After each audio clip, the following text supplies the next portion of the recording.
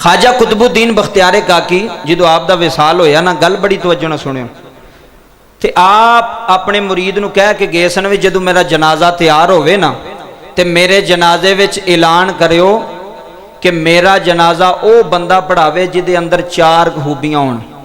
کنیاں؟ ادھر ویکھیو جناب، سارے توجہ کریو۔ خواجہ قطبالدین بختیار کاکی ہندوستان دا بے تاج بادشاہ، بڑا اے خواجہ معین الدین چشتی اجمیری دے مرید جے خواجہ قطبالدین بختیار کاکی۔ خواجہ قطبالدین بختیار کاکی وصیت کر کے بھی میرا جنازہ کون پڑھائے گا؟ جدے اندر بولو، جدے اندر 4 خوبیاں ہون گیاں۔ ٹھیک ہے جی، ایڈا وڈا ولی، جنازہ آ گیا، دنیا ہی دنیا، ہر پاسے حد نگاہ، اینج جویں عوام دا سمندر نہیں امڑایا، پورے ہندوستان آ گیا ایتھے، یہ بڑے اعلیٰ بندے سن، اللہ دے ولی سن، بڑا جنازہ، بڑی دنیا، دور دور تک بندے ہی بندے، سیر ہی سیر نظر آ رہے ہیں۔ جدو جنازہ تیار ہویا نا تو او جنہوں وصیت آپ کر کے گئے سن نا، او خواجہ صاحب دی میت دے سامنے آ گیا، انہیں کہا جی لان سنو جی ایک ضروری، انہیں کہا سناؤ، انہیں کہا خواجہ صاحب میں نے کہا کہ گئے سن خواجہ قطبالدین رحمت اللہ علیہ کہ میرا جنازہ وہ بندہ پڑھائے گا جدے اندر 4 خوبیاں ہون گیاں، 4 خوبیاں ویکھیو، تے پھر میں بھی اپنے حال ویکھاں گا تے تسی بھی اپنے حال ویکھیو، اسی اپنا محاسبہ کرنا ہے۔ لوگ کہنے لگے جی دسو کیڑیاں خوبیاں؟ انہاں کہا جی خواجہ قطبالدین کہہ کے گئے نے کہ میرا جنازہ وہ پڑھاوے جدی کدی تکبیر اولا بھی فوت نہ ہوئی ہوئے۔ میں ہوں تو سمجھا دا، کئی بندے نہیں سمجھ آئی، اے جڑی پہلی تکبیر کہندے امام اگے کھلو کے اللہ اکبر، اینو کہندے نے تکبیر اولا، پہلی تکبیر، اینو تکبیر تحریمہ بھی کیا جاندہ ہے۔ خواجہ صاحب نے فرمایا بھی میرا جنازہ او پڑھاوے جدوں دی تے نماز فرض ہوئی ہے ادو تو لے کے ہون تک او دی پہلی تکبیر بھی نماز دی فوت چھٹی نہ ہوئے، پہلی گل۔ دوسری گل آپ نے فرمایا میرا جنازہ وہ پڑھاوے جدی کدی تہجد بھی قضا نہیں ہوئی۔ شرطاں ویکھو کڈیاں وڈیاں، کڈیاں وڈیاں۔ پہلی تکبیر اولا کدی فوت نہ ہوئی ہوئے، کدی چھٹی نہ ہوئے۔ دوسری انہیں تہجد دی نماز بھی کدی نہ چھڈی ہوئے۔ اچھا جی، تیسری دسو جی؟ انہیں کہا بھی تیسری اے وے کہ جن نے کدی اثر دیاں سنتاں بھی نہ چھڈیاں ہون۔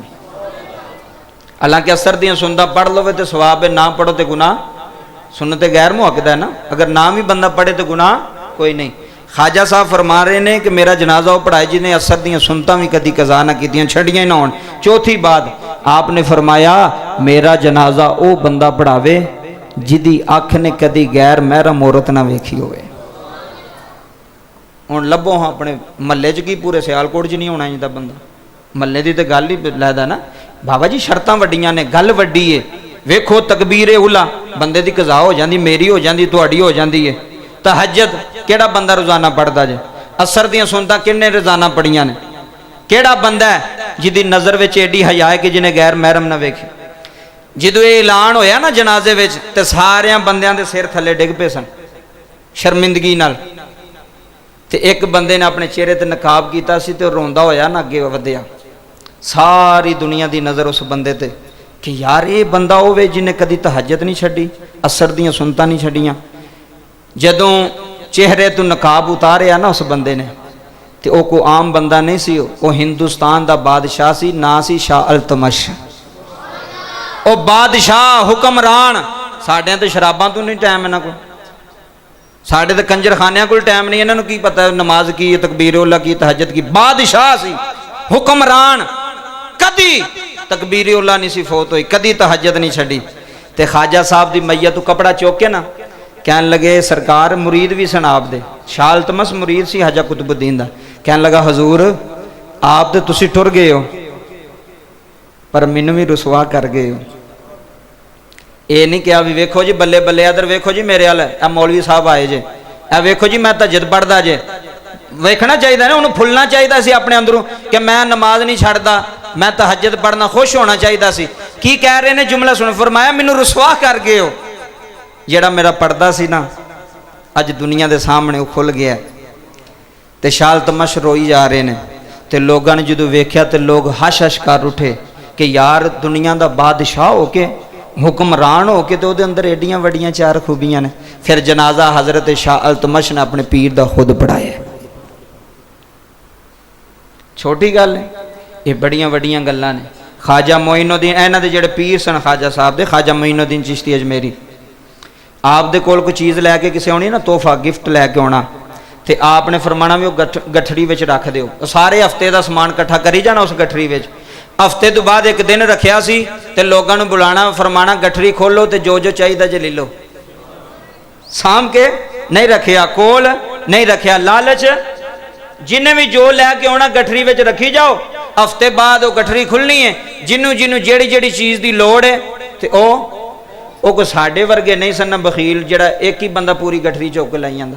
ਸਾਨੂੰ ਕੋ ਆਖਿਆ ਸੀ ਆਖਣਾ ਦੂਸਰੇ ਨੂੰ ਲੱਭੇ ਨਾ ਲੱਭੇ ਸਾਡੇ ਹੱਲ ਕਰੋ ਜੀ, ਮੇਰੇ ਘਰ ਕੀ ਜੇ। ਉਹ ਸਬਰ ਵਾਲੇ ਲੋਕ ਸਨ। ਆਪ ਨੇ ਫਰਮਾਣਾ ਜਿਹਨੂੰ ਜਿਸ ਚੀਜ਼ ਦੀ ਲੋੜ ਹੈ ਉਹ ਲੈ ਜਾਏ। ਇੱਕ ਬੰਦੇ ਨੂੰ ਸ਼ਰਾਰਤ ਸੁਝੀ, ਉਹਨੇ ਕਿਹਾ ਵੀ ਖਾਜਾ ਸਾਹਿਬ ਕਿਹੜਾ ਵੇਂਦੇ ਨੇ ਵੀ ਕਿਹੜੀ ਗਿਫਟ ਆਇਆ ਤੇ ਕਿਹੜੀ ਚੀਜ਼ ਆਈ ਹੈ, ਤੇ ਮੈਂ ਵੀ ਸ਼ਰਾਰਤ ਕਰਨਾ ਵਾ ਕਿ ਵੇਖਾਂ ਭਲਾ ਪਤਾ ਲੱਗਦਾ ਕਿ ਨਹੀਂ ਲੱਗਦਾ। ਇਹ ਤਵੱਜੋ ਕਰਿਓ। ਉਹਨੇ ਇੰਜ ਕੀਤਾ, ਉਹਨੇ ਗਠੜੀ ਦੇ ਵਿੱਚ ਨਾ ਮਿੱਟੀ ਪਾਈ, ਮਿੱਟੀ ਨੇ ਮਿੱਟੀ ਗੰਢ ਮਾਰ ਲਈ, ਗਠੜੀ ਵਿੱਚ ਪਾ ਲਈ, 2-3 ਉਹਦੇ ਕੱਪੜੇ ਚਾੜ ਲਏ, ਤੇ ਆਖਣ ਲੱਗਾ ਚਲੋ ਮੈਂ ਮਿੱਟੀ ਦੇ ਕੇ ਉਹਨਾਂ ਖਾਜਾ ਸਾਹਿਬ ਕਿਹੜੇ ਵੇਂਦੇ ਨੇ, ਜ਼ਰਾ ਸ਼ੁਗਲ ਹੀ ਲਾਣੇ ਆ। ਤੇ ਫਕੀਰ ਅੱਲਾ ਵਾਲੇ ਨੂੰ ਤਾਂ ਪਤਾ ਹੁੰਦਾ ਨਾ ਕਿ ਕਿਹੜਾ ਬੰਦਾ ਕੀ ਪਿਆ ਕਰਦਾ। ਰੱਬੇ ਕਾਬਾ ਦੀ ਇੱਜ਼ਤ ਦੀ ਕਸਮ ਹੈ, ਸਾਡੀ ਬਸਤੀ ਦੇ ਸ਼ਾਹ ਸਾਹਿਬ ਸਨ ਜਿਹੜੇ ਇੱਥੇ ਨਮਾਜ਼ ਪੜ੍ਹਾਉਂਦੇ ਰਹੇ ਨੇ, ਜਿੱਥੇ ਗਿਆ ਉਹਨਾਂ ਦੀ ਤਾਰੀਫ ਸੁਣੀ। ਉਹ ਬਦਬਖਤ ਜਿਹੜਾ ਉਹਨਾਂ ਦੀ ਮੁਖਾਲਫਤ ਕਰੇ, ਉਹ ਆਪਣੀ ਆਖਰਤ ਤਬਾਹ ਕਰਦਾ ਪਿਆ ਬਾਬਾ।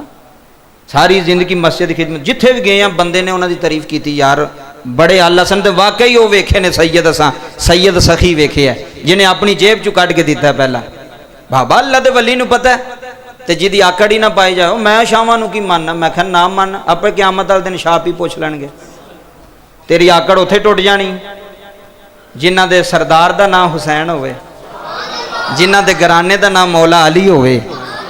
ਬਾਬਾ ਜੀ ਸਦਾਤ ਵੇਖੋ, ਜਿਹੜੇ ਅੱਲਾ ਦੇ ਵਲੀ ਨੇ ਉਹ ਵਲੀ ਨਸੀ, ਉਹਨਾਂ ਨੂੰ ਜਿਹੜੇ 2 ਨੰਬਰ ਪੀਰ ਨੇ ਮੈਂ ਉਹਨਾਂ ਨੂੰ ਨਹੀਂ ਛੱਡਦਾ, ਤੇ ਨਾ ਹੀ ਉਹਨਾਂ ਦੇ ਮੈਂ ਕੋਲ ਜਾਣਾ, ਤੇ ਨਾ ਹੀ ਉਹਨਾਂ ਦੀ ਹਮਾਇਤ ਕਰਨਾ। ਅਸੀਂ ਮੁਖਾਲਿਫ ਉਹਨਾਂ ਲੋਕਾਂ ਦੇ ਜਿਹੜੇ ਲੋਕਾਂ ਦੇ ਘਰ ਉਜਾੜਦੇ ਨੇ।